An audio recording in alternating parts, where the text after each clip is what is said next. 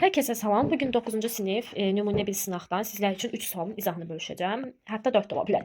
Deməli, gəlin baxaq, əziz abituriyentlər. 14-cü sualda düzgün formada olan ismi yerli halını bizdən istəyir. Biz baxırıq ki, D artiklından sonra cəmdə olan, daha doğrusu canlı olan tək isim və daha sonra da özündən sonra isim gəlir. Biz bilirik ki, ismi yerli halından sonra ya isim, ya da sifət isim və ya say isim axtarmalıyıq.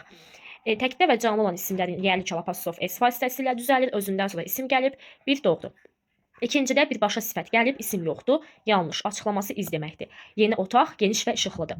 Let us ifadəsi əmr cümləsidir. Yerli kal deyil. Açılışını da elə qeyd edim. Let us. Birdən yuxarı miqdar say, cəmsim, özündən sonra da isim.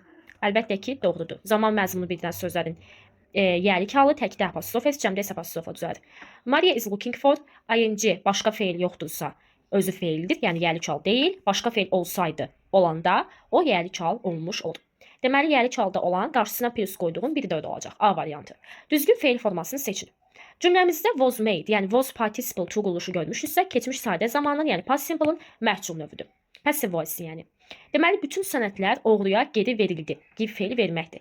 Biz bilirik ki, birinci qrup feildir. Make və late. Özündən sonra tamamlıq, daha sonra isə deməli, toolsuz məsdər gəlir. Toolsuz. Lakin məhcul növdə olanda məhz bu feillər. Özündən sonra tool feil götürür. Doğru cavab olacaq C variantı. Gəlin 16-ya baxaq. Düzgün variantı seçin. İndi mən ingilis dilini çox başa düşürəm. Much müqayisə dərəcəsi istəyir. Gəlin nəzər yetirək. Easy adi dərəcə. Easily deməli gəlin baxaq. Much müqayisə dərəcəsi istəyir. Aha, adi dərəcə. Baxın, easier müqayisədir, lakin sifətdir. Başa düşmək deməli feildir. Biz feildən zərf yazmalıyıq. Sifət yox. Ona görə çıxırıq. Well D dərəcə zərfdir. Qalacaq beta. Well adi dərəcə, beta daha yaxşı. Much müqayisə. 17-yə də baxaq. Who did tell you about it? Deyir, kim sənə bu haqda dedi.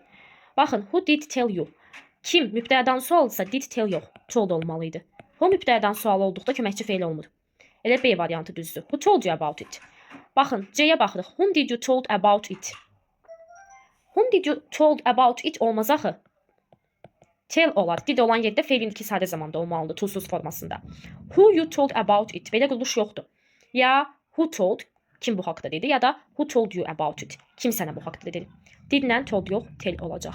Daha çox izahlar üçün məni izləməyə davam edin.